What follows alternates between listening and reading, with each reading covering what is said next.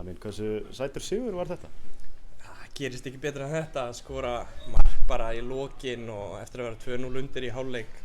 En við mistum aldrei trú í hálfleik. Óskar talaði bara og vorum allir confident að myndum koma tilbaka í þessum leik sko. Hvað var bara farið yfir í hálfleik?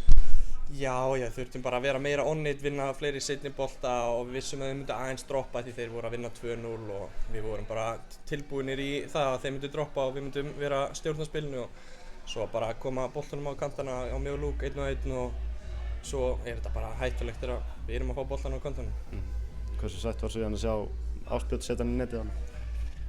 Þetta var ekki tilfinning og sérstaklega þetta er svo vel spilað á Aroni hérna á mig og ég tek hlaupið og bara connectionið sem við erum búin að vera að bilda þarna síðan ég kom og bara geggja að sjá Ásbjörn líka skora. Hann er búin að vera svakalegur þetta tímabil og bakurur með ég veit ekki hvað mörg 3-4 eitthvað hannig.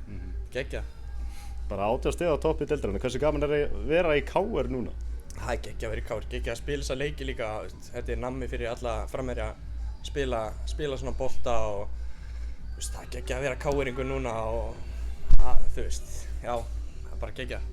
Stuðningurinn í dag mikill, góður.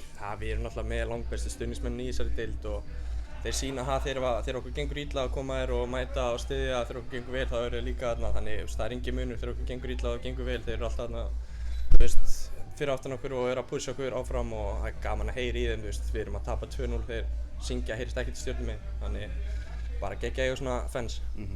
Bara ég held að það geti allir verið sammála það að þú hefði tekið stórskref frá því fyrra. Þú veist, geturðu lagt fingur á það, hvað er að ganga svona mikið upp í núna? Ég fór og ég bara, reif mig í gang og byrja að fara meira í ræktina og hlustaði á það sem að þjálfararnir vildu frá mig meira. Ég kom og ég var eitthvað svona leikmaður og ég held ég var bara, það væri að fara að vera alltaf að starta og ég spil ekki varnarleik og ég þarf ekki að verjast. En svo þegar þetta byrjar að kikka inn, þú byrjar að spila varnarleik á æfingum, gefur 100%, ert að vera í gym sem að þið gefa þér, þannig þá er þetta allt orðið, þú orðið miklu betri leikmaður á pre-seasonu, 6-7 mánuður í pre-seasonu, þannig þú hefur alltaf tíma til að bæta þig. Og ég held að ég sé bara búinn að sýna núna hvernig ég spila, að ég er líka á þetta bara skilið held ég, hvað ég er búinn að leggja mikla vinnu á mig og liðið líka bara. Einhver markmið á þessu tímabili? Já, ég er með einhver persónuleg markmið sem ég setti mér sjálfum að reyna að vera með ákveðnar margar stóðsendingar og ákveðnar mörg og reyna að vera besti ungi leikmaður í þessari deild, þannig það er markmið mín og ég er að setja há markmið svo að ég hef eitthvað til að vakna yfir og vera að gefa 100% vinnu. Takk hérlega. Takk hérlega fyrir vinnu.